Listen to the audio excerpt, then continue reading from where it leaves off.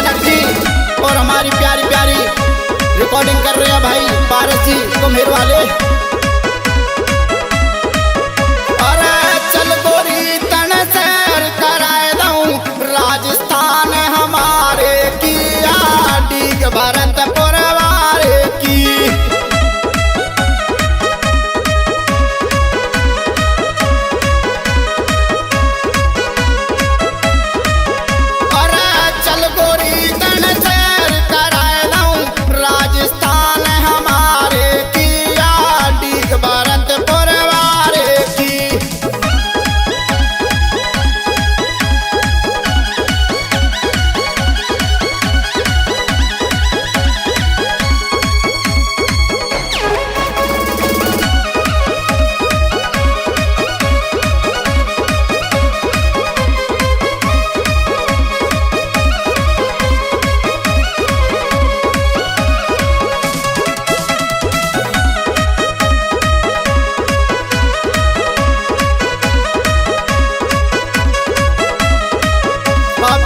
चलना शुरू करो प्यारी, अब चलना शुरू करो प्यारी।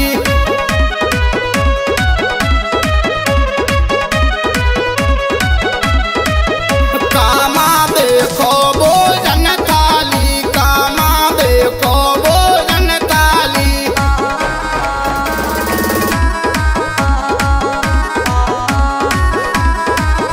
यहाँ तीरथ राज बेबल कोंडा जयकारे लगा रहे पंडा।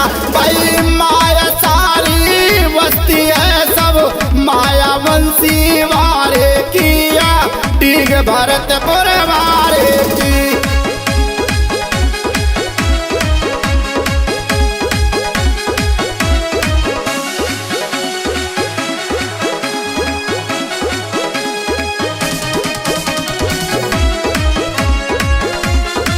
यो दाढ़ी से बजरो भैया होटल वाला राहुल भोंगरा वाले राहुल डागर।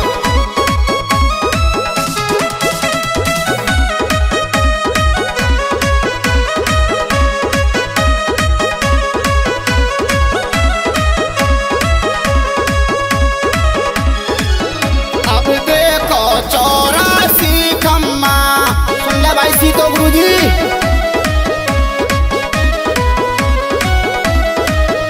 अब देखो 84 खम्मा अब मेरे करेगी जगदम्मा।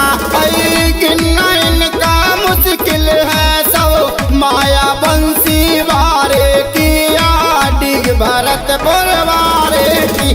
अरे चल गोरी तन सैर करा दूं राजस्थान हमारे किया डीग भरतपुर वारे की।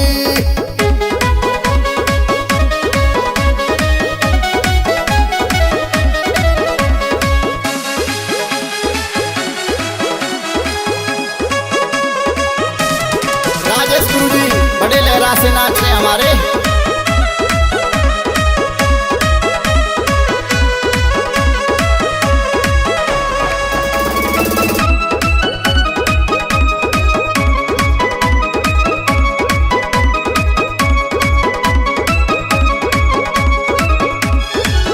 जुड़ जाए डीग में जब फारे, जुड़ जाए डीग में जब फारे दुनिया भर के आमे क्वारे।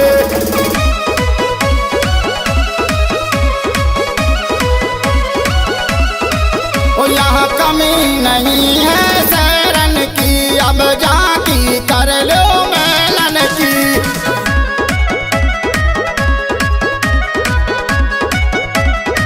ओ यहाँ कमी नहीं है शरण की, अब जाकी कर लो मेलन की। बैला का तो बदरिया बुरजन पे पेश पर ना सारे किया डीग भरतपुर वारे की।